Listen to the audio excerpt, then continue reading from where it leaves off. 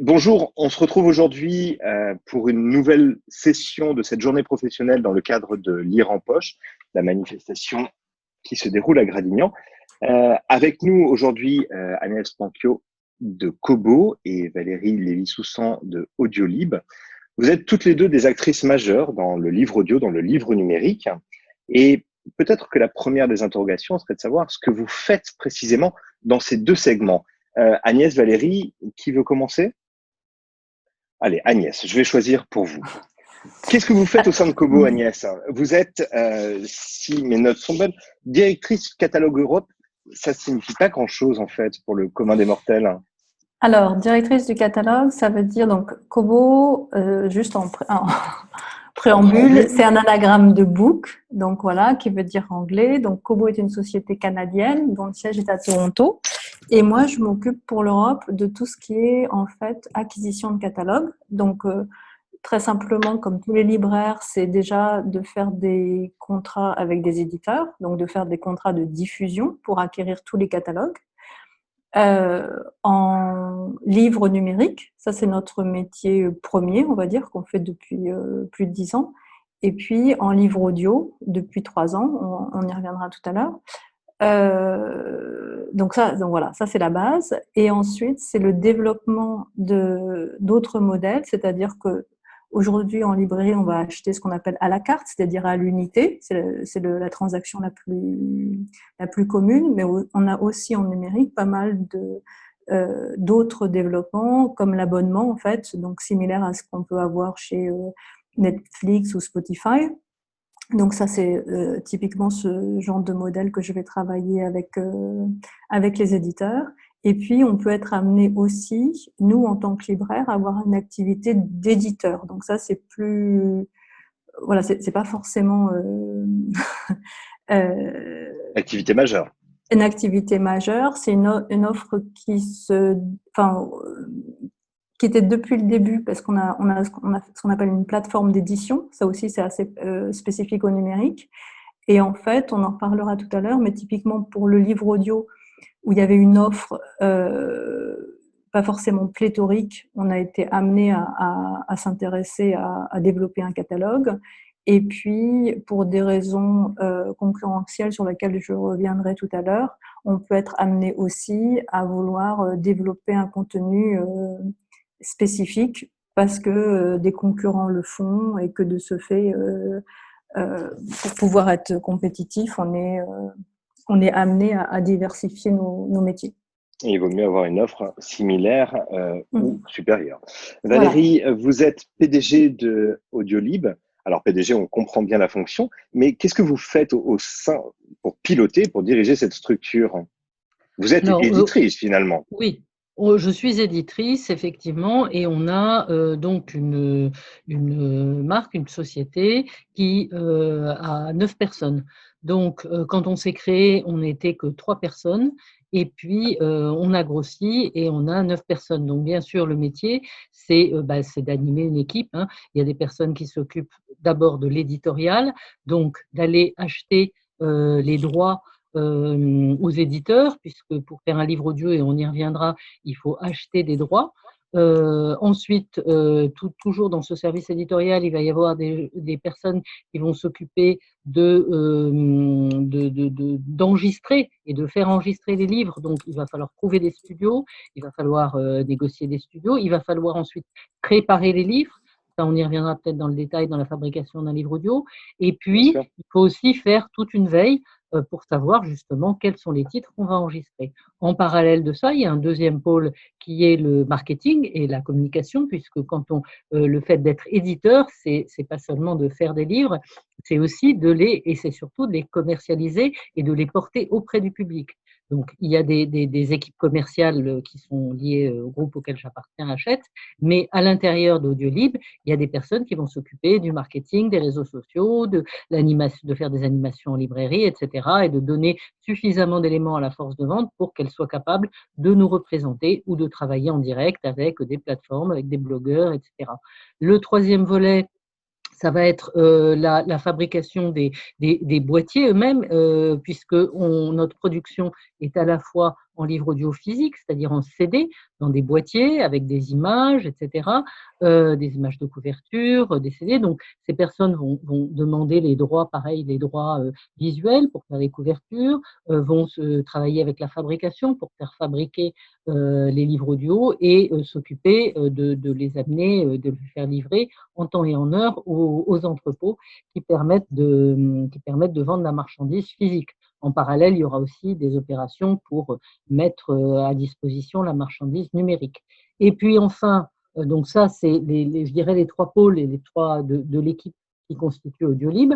Et puis enfin, il y a toute la partie de liaison, et ça qui est plus le travail d'un directeur, etc., qui va être la partie plus financière, la partie de contrôle de gestion, de travailler avec les éditrices pour faire des comptes d'exploitation pour les ouvrages, de suivre les budgets, de piloter un peu l'activité, de voir comment on se développe, à quel rythme, les risques qu'on peut prendre, etc., etc.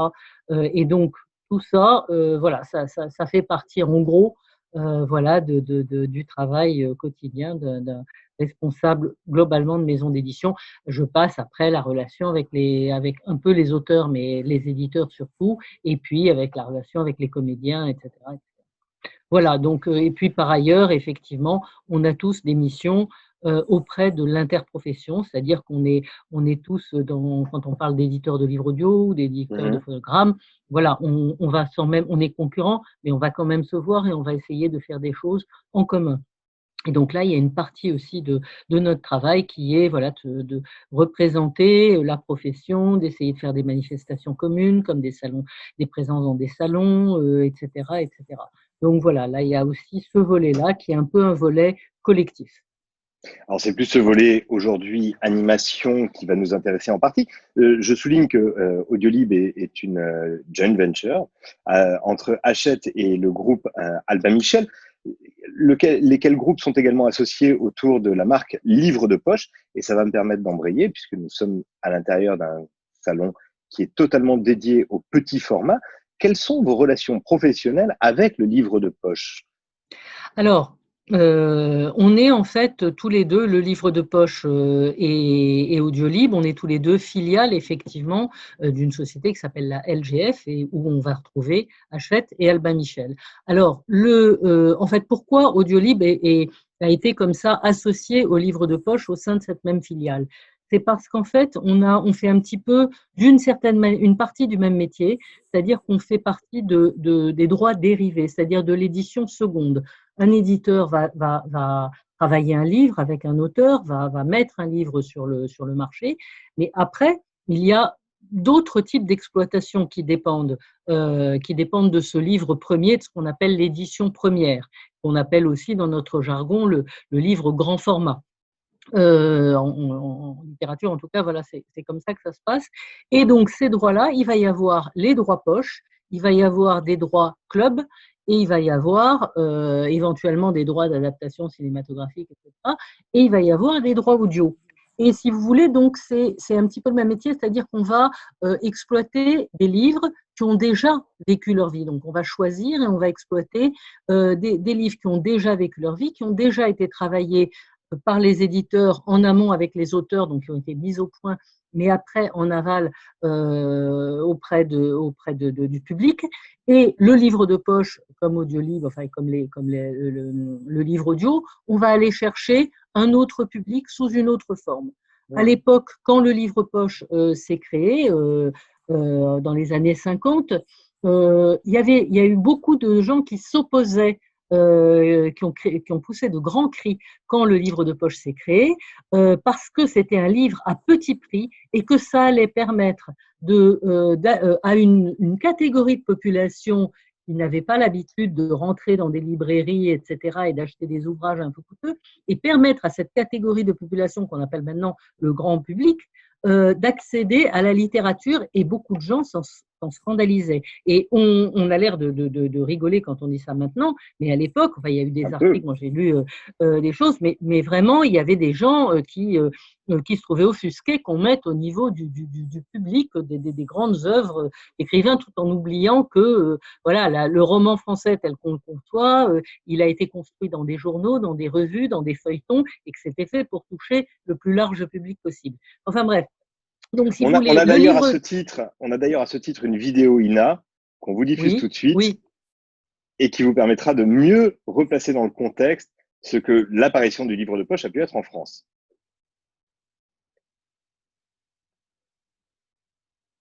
Bon, vidéo significative que vous avez eu le plaisir de retrouver. Alors justement, donc qu'est-ce que c'est de mettre à disposition du public et en particulier le métier de l'éditeur? C'est travailler sur l'aspect, la couverture, de travailler sur les réseaux de distribution, de travailler sur le prix, sur le format, etc. Donc le poche, c'est clairement un objet, ça a été un concept, c'est-à-dire pouvoir mettre un livre dans sa poche, pouvoir l'emporter partout, et notamment on le vendait aussi dans les gares, etc. Voilà, donc notamment quand on voyageait, et d'où le côté livre de poche comme ça. Le tout à Et donc l'initiative d'un ça, certain monsieur Hachette, au demeurant. tout à fait. Et si vous voulez, c'est une nouvelle façon de toucher le public et en l'occurrence de démocratiser. Le parallèle avec le livre audio, c'est aussi ça. Il y a toute proportion gardée parce qu'effectivement, le livre de poche maintenant, c'est un marché qui est absolument gigantesque et qui s'est beaucoup développé. Mais le livre audio, c'est aussi ça, c'est-à-dire c'est une façon différente de toucher le public.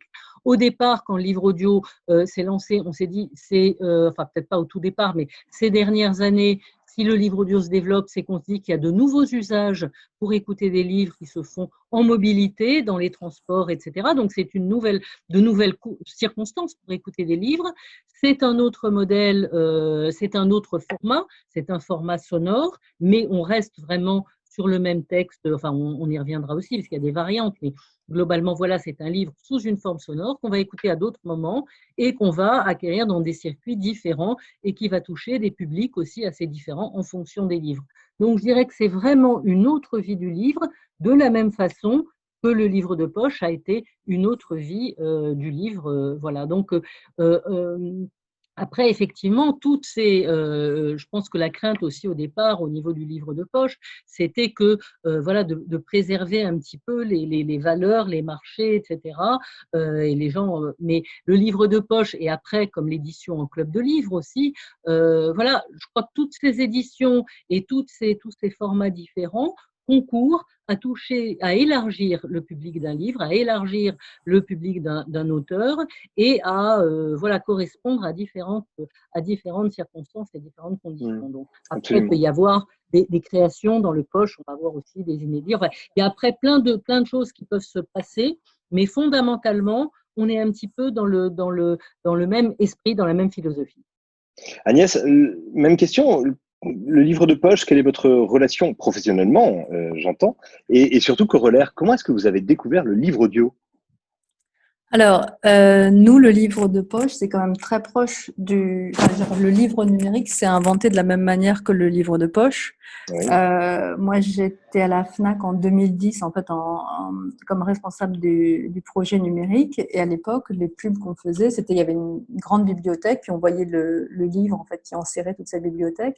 Et on avait une autre publicité avec une dame qui mettait des livres dans sa valise. Ça tenait pas et à la fin, elle avait un reader et elle pouvait l'emporter. Donc, on était exactement sur le même on va dire, besoin consommateur qui était, c'est un livre qui est moins cher parce qu'il est en numérique, il permet la mobilité, l'immédiateté, voilà, facilité de lecture et c'est vraiment le livre numérique destiné aux gros lecteurs. C'est-à-dire qu'en notre consommateur moyen, c'est une lectrice. Elle a en moyenne 50 ans. Elle lit en moyenne 2 livres par mois. Enfin voilà.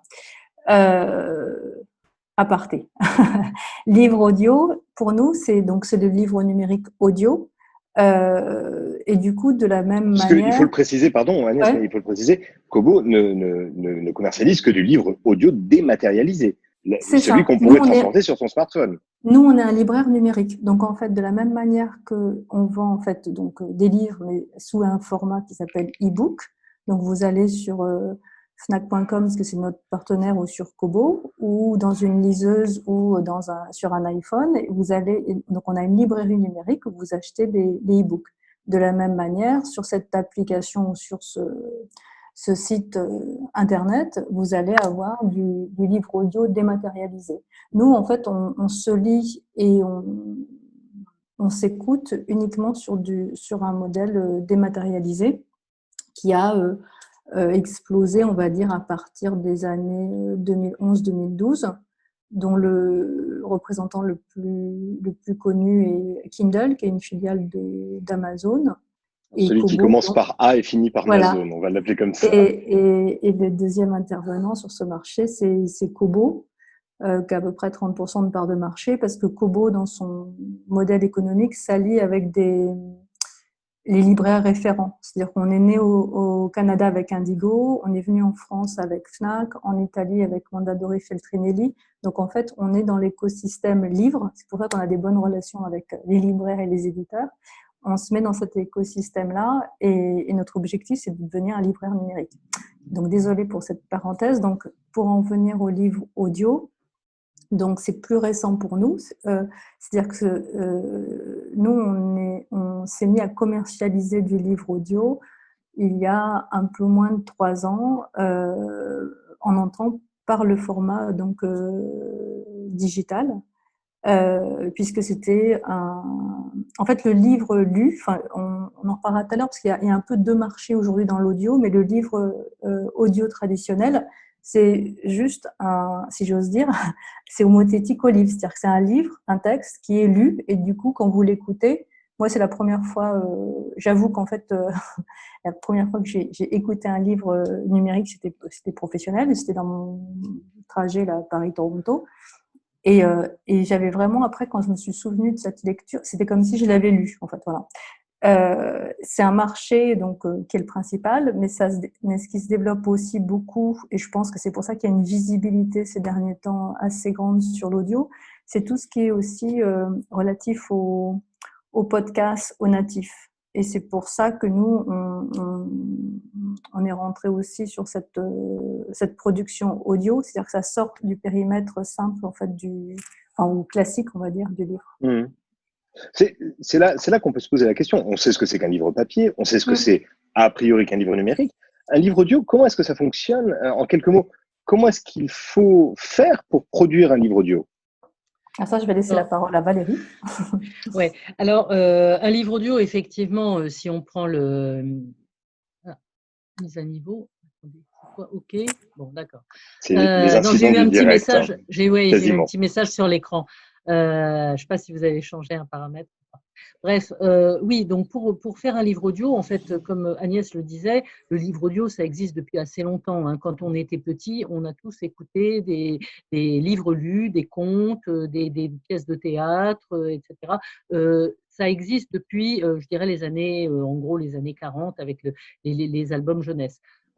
Mais le livre audio, ce qu'on appelle la parole enregistrée, qui date aussi depuis la création du phonogramme, mais la parole enregistrée, c'est vraiment l'enregistrement d'un livre. C'est-à-dire qu'on va avoir un livre, on va avoir un comédien ou deux ou trois, mais enfin globalement un livre, un comédien, un studio, un ingénieur du son, un réalisateur, enfin responsable du suivi de l'enregistrement, et on va lire le livre. On va avoir un comédien ou une comédienne qui va lire le livre in extenso. Et donc, ça, c'est vraiment le livre audio de base. Après, on va pouvoir rajouter un peu des intros sonores, des virgules sonores, etc.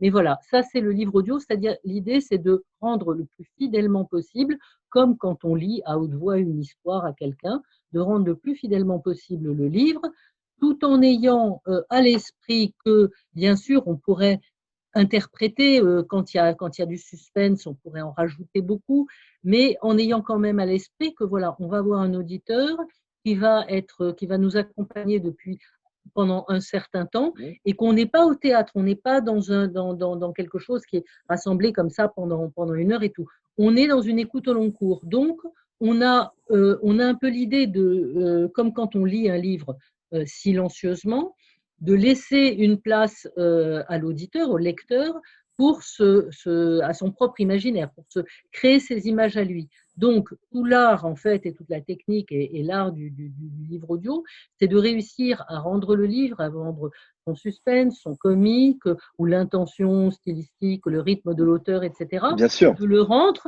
rendre, mais sans être trop envahissant non plus. Et ça, c'est vraiment un dosage que doivent faire les comédiens, c'est-à-dire entre l'interprétation, parce qu'il ne faut quand même pas qu'on s'endorme, hein, on peut être très monotone, je veux dire, voilà, moi, si je lis quelque chose, ça peut être terrible.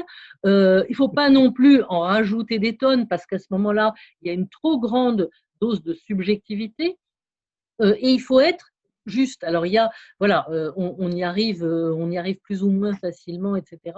Mais c'est ça qu'on essaye de recréer. Après, il y a toute une partie, parce qu'on ne va pas enregistrer, en gros, un livre en papier, mettons, 20 pages de livres imprimés, ça va faire à peu près 1 heure, 20 à 30 pages de livres imprimés, ça va faire à peu près 1 heure d'écoute. Bon, un livre de 300 pages, ça veut dire 10 heures d'écoute. Ça veut dire qu'effectivement, un comédien va passer peut-être, avec les reprises, avec les trucs, il va passer peut-être 20 à 30 heures en studio. Donc, De après production. tout ça, Oui. de production, avec un micro, avec l'ingénieur, etc. Et donc, tout ça, après, il va falloir le monter, il va falloir respecter une certaine ambiance sonore, etc. Il va falloir vérifier qu'il n'y a pas d'erreur, de trucs. Et là, je veux dire, de temps en temps, au début, on s'était amusé à faire des bêtisiers parce que, voilà, je me souviens à l'époque, quand on avait enregistré Millennium, c'était peut-être en tout 50 heures, on avait enregistré 3 volumes, donc il y avait plus de 50 heures. C'est sûr qu'à la longue, de temps en temps, il y a les comédiens qui font des apartés ou qui se trompent ou qui trucs. Et on avait monté ça bout à bout pour, voilà, on l'a fait aussi pour Astérix. Voilà. De temps en temps, voilà, il y a de la pression et des choses comme ça. Mais globalement, je veux dire, le résultat, théoriquement, doit être parfait. Et donc, sur toute cette durée-là, il y a après tout un temps de montage, de mixage, d'égalisation sonore, etc. Ce Et qu'on puis appelle après, la il y a les manipulations. post-production, oui. Voilà, toute la post-production qui est très importante et en termes de temps, ça prend autant de temps que l'enregistrement. Et puis après, on va constituer des fichiers et qui vont servir après de matrice. Donc, où ça va être une matrice pour imprimer des disques, et là, on va rejoindre l'industrie phonographique pour aller voilà, faire des pressages de disques, etc. Ou bien on va en faire des fichiers et les distribuer auprès de librairies numériques comme celle d'Agnès. Voilà, donc si vous voulez, toutes ces phases-là, toutes ces opérations-là concourent à la fabrication de l'objet livre audio. Mmh. Agnès, est-ce que vous pouvez nous dire comment vous avez perçu et comment vous accompagnez en tant que libraire l'explosion aujourd'hui du livre audio? Les médias en parlent, manifestement les ventes augmentent. On a vu qu'il y avait un volume aux États-Unis et en France, manifestement, une inclinaison similaire, un engouement, une appétence des lecteurs des audio-lecteurs pour le livre audio. Comment est-ce que vous avez vu cette évolution? Comment est-ce que vous l'avez accompagnée? Et puis le point de vue de l'éditrice sera fondamental également. Alors, oui, juste un bémol, c'est pas forcément une explosion. Non, c'est une croissance. Non, mais en tout cas pas chez nous, enfin pas chez Kobo. Mais c'est un marché en fait. Le marché audio déjà, en fait, c'est assez séduisant, c'est assez plaisant. C'est-à-dire que il y a quelque chose de plus sexy que le livre. Oui, voilà, exactement. Ouais. Et ça attire en fait un public en Canada, il y a des segments. Il y a Linda, c'est notre lectrice, elle a 50 ans, donc elle a un reader. Et autrement, il y a Brandon en audio qui a son casque et qui écoute des podcasts. Donc, c'est plus séduisant, c'est plus, comment dirais-je, on a l'impression qu'on peut inventer plus de choses. Donc, on avait dit effectivement, il y a les livres lus, donc Simplement lus, oui. mais ça ouvre aussi de manière concomitante, si vous voulez, dans les autres médias. Il y a eu Deezer, Spotify, Netflix et compagnie, ce qui a un peu flouté en fait les frontières des contenus, ce qui a fait que beaucoup de gens deviennent éditeurs de contenu, donc c'était pas forcément le métier initial. Bien sûr. Et donc nous, on se retrouve en tant que libraire avec des auditeurs ou lecteurs qui ont des référents culturels différents et qui ont envie en fait d'essayer des nouveaux contenus. Et c'est pour ça que les frontières pour nous sont un petit peu floutées et qu'on ouvre en fait par rapport au livre audio vers les podcasts ou ce qu'on appelle les original natives, c'est-à-dire par exemple de faire des séries. Nous, si vous voulez, en livre numérique, on va vendre beaucoup, par exemple, de romances, de littérature de genre, d'accord, ou de fantasy, de young adult, choses comme ça. C'est pas forcément quelque chose qui était très répandu sur l'audio, donc c'est des genres où on peut avoir envie de développer des contenus propres. Après, quand on parle de la façon dont on anime le livre audio par rapport au livre numérique, ça se passe comme dans une librairie, sauf que c'est une librairie là aussi numérique. Donc ça va se faire, donc c'est pas très sexy, sur les métadonnées, c'est-à-dire qu'on va fameuses métadonnées. Voilà, on va lier en fait un livre e-book avec un livre audio pour faire découvrir, pour dire by the way, ça existe, vous aimez cet auteur, vous aimez ce livre, découvrez-le en audio. On va avoir, comme un peu le feuilletage en livre physique, il y a les extraits qui sont importants en livre audio. Mais Puisqu'ils permettent de se rendre compte de l'ambiance sonore qui est proposée, finalement. Voilà, et pour le pousser, finalement, ce qui semble assez efficace qu'on avait essayé avec la Fnac, c'est ce qu'on appelle les Facebook ads, c'est-à-dire pousser sur Instagram, sur Facebook, sur choses comme ça, pour que les gens en fait aient des extraits.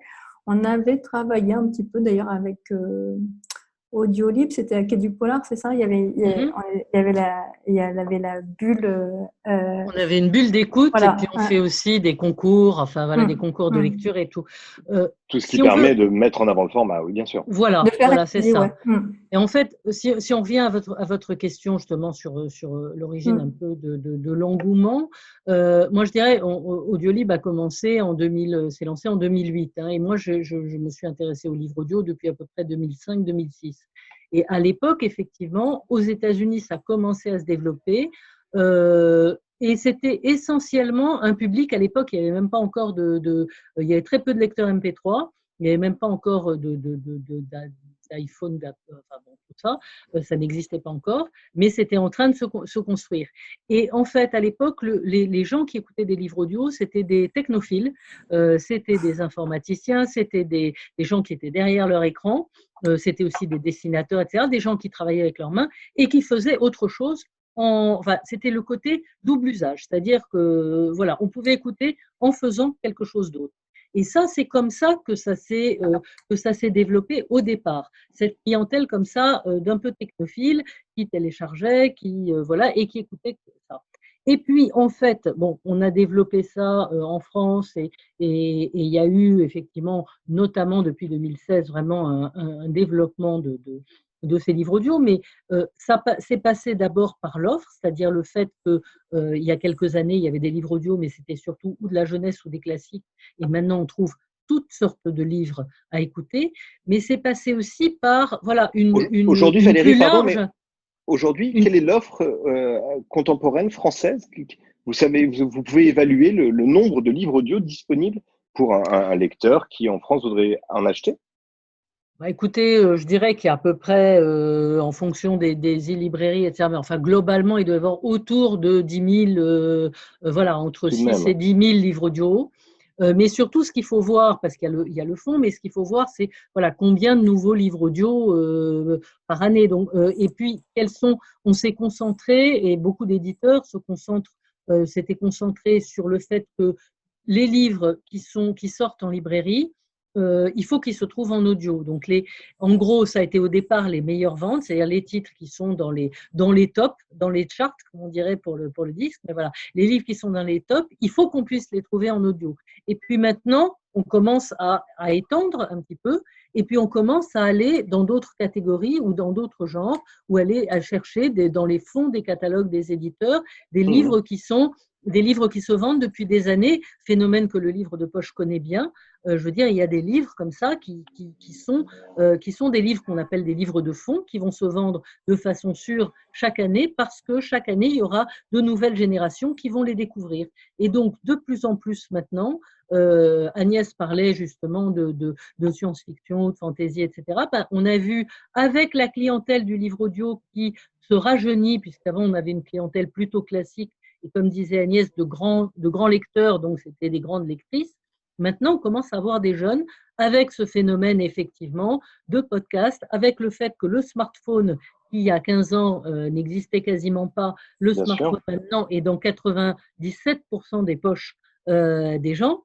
Donc, forcément, on a tous avec soi un outil pour écouter, et l'habitude d'écoute est prise, alors pas uniquement avec les podcasts, mais je veux dire, les plus jeunes générations ont beaucoup plus l'habitude d'écouter, que ce soit de la radio en différé, que ce soit du podcast de création, ou du coup que ce soit des livres audio, puisque ça permet un autre accès à la lecture, notamment pour les plus jeunes. Et on a compris ça. Maintenant, on ne va pas uniquement parler du côté technique, c'est-à-dire qu'on peut lire de deux façons, ou on peut lire dans les transports. C'est aussi cette expérience différente. C'est-à-dire l'expérience de l'écoute, c'est un abord plus facile pour certains au livre. Pour d'autres, on dira oui, ça demande beaucoup de concentration, mais pour d'autres, ça sera des gens qui ont par exemple une barrière à la lecture, un frein, qui voient un gros pavé et qui se disent ouh là là, j'arriverai jamais. Là, ça permet un accès plus facile, parce qu'il y a aussi ce côté très émotionnel du média de la voix. Et ça, c'est là, et c'est le truc très spécifique du livre audio, c'est un livre incarné, c'est de la voix, et donc il y a une expérience, forcément qu'il y a une dimension de plus, une dimension différente.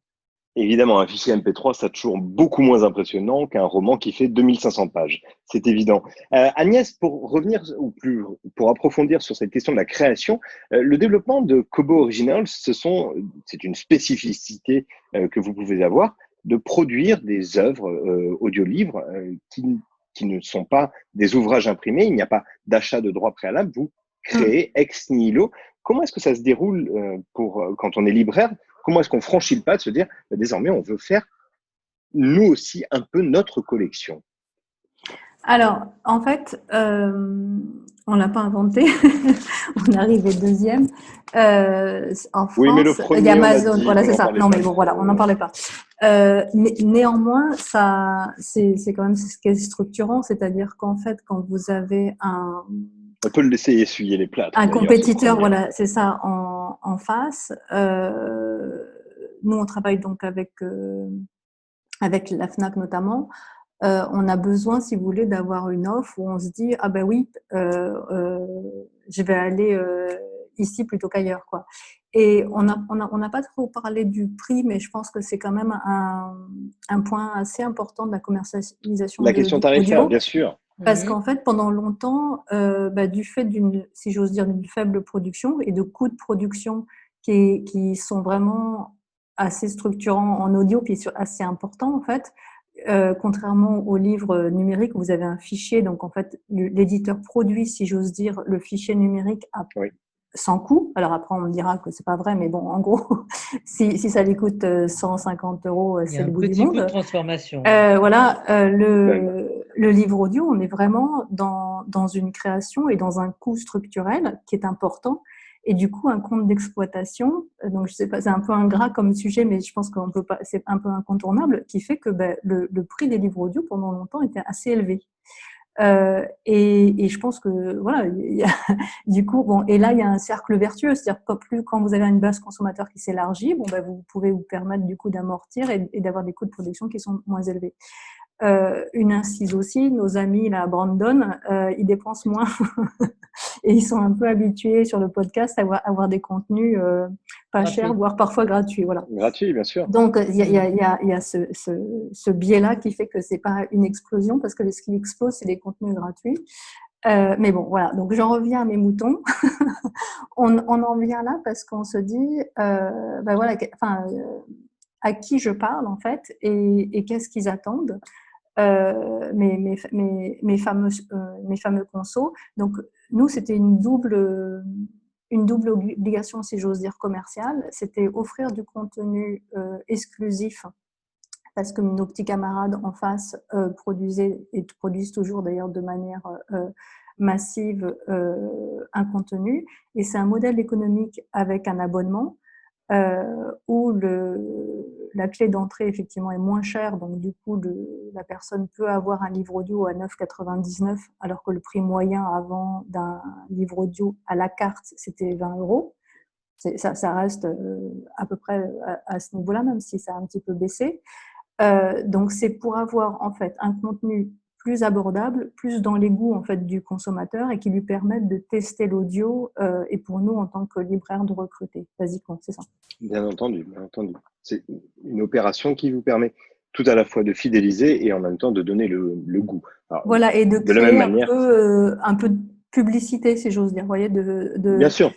Voilà. De la même manière que vous travaillez sur la diffusion d'extraits pour faire goûter ou pour faire entendre plutôt la saveur du livre audio. Il nous reste quelques minutes, quelques instants avant de conclure ce Zoom. Merci infiniment du temps que vous nous avez consacré. On est contraint par des impératifs technologiques qui nous dépassent et par une pandémie qui nous ennuie. Je voudrais votre sentiment à toutes les deux. Le plus contraignant dans la production de livres audio, quels sont les moments où vous avez ressenti des grands instants de solitude en vous disant « c'est trop compliqué de faire ça ». Ah, il y en a eu beaucoup apparemment. Je vois au sourire que la question n'est pas étrangère. Valérie est plus à même que moi, parce que j'ai une expérience assez courte. Moi, Valérie, vas-y. Non, mais sur la production, c'est sûr qu'on peut se trouver de temps en temps embarqué. Le pire, c'est de se rendre compte qu'on s'est trompé en termes de casting. Il m'est arrivé, il nous est arrivé, voilà, l'acteur qui ne va pas, un acteur très bon par ailleurs, etc. Et on se rend compte qu'une fois confronté, qui avait l'air d'une très bonne idée, etc.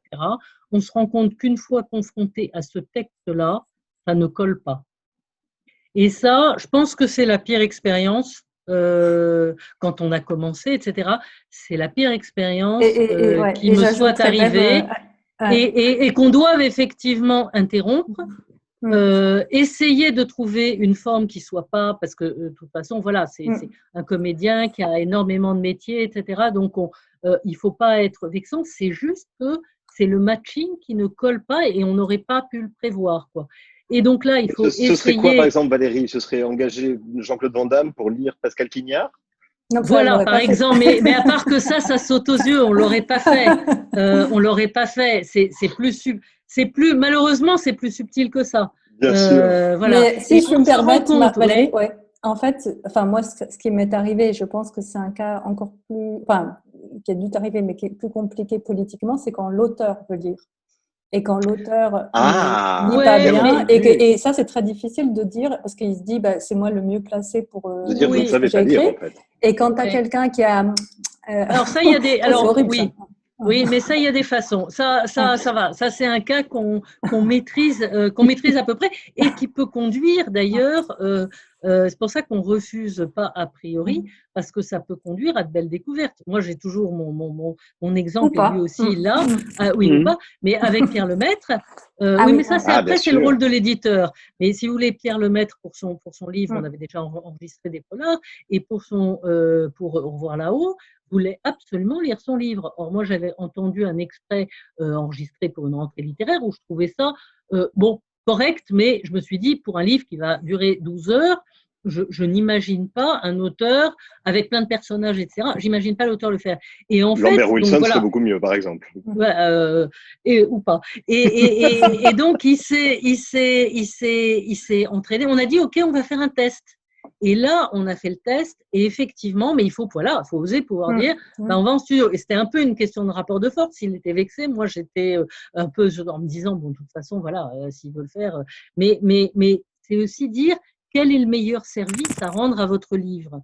Et effectivement, on est allé en studio. Et en studio, j'ai dû reconnaître, il était préparé, etc. Ça s'est très bien passé. Et maintenant, on en est au 3e et c'est de mieux en mieux à chaque fois. Mais je veux dire, il savait vraiment lire. Et le truc que j'avais entendu, c'était pas forcément, voilà, c'est ce qui arrive quand on n'est pas entraîné, quand on n'a pas forcément répété et tout. Et une lecture de beauté, arrive, en fait. donc, voilà. Et ça arrive avec une très bonne surprise. Et du coup, effectivement, il y a des auteurs. Dans d'autres cas, il faut trouver les bons arguments et il y en a quand même. Il faut essayer de s'en tirer vers le haut en proposant un comédien voilà, qu'on ne peut pas refuser ou des choses comme ça. De temps en temps aussi, dans les petites anecdotes, on s'est retrouvé avec un comédien très prestigieux qui avait juste pas préparé le texte. Et là, on s'est rendu compte au bout de 2 heures qu'on n'allait pas y arriver. Et là, il faut pouvoir dire, OK, on arrête, on est au truc, et on se donne rendez-vous. Mais là, en plus, chacun le sait, quoi. On s'en rend compte. Et là, après, ça se passe très, très bien. Mais donc, on travaille avec des gens, on travaille avec des… voilà, et donc, il y a une dimension extrêmement humaine dans la production de livres audio, quoi. Donc, ça, c'est aussi c'est le bon côté avec les bonnes ou les mauvaises expériences. On va garder cette conclusion, une dimension très humaine dans les livres audio. Vous encouragez toutes et tous à découvrir ce format, que ce soit chez Kobo pour les acheter ou chez Audiolib, puisque c'est une production qui réunit les œuvres du groupe Hachette et du groupe Albin Michel, avec Pierre Lemaître qui vient d'intégrer les éditions Calman Lévy récemment. Merci beaucoup à toutes deux de nous avoir accompagnés pour ces 40 et quelques minutes de conversation. Excellente fin de journée et bon courage. La rentrée se passe bien, globalement? Tout à fait. Sous l'eau? Oui, tout à fait. Sous l'eau.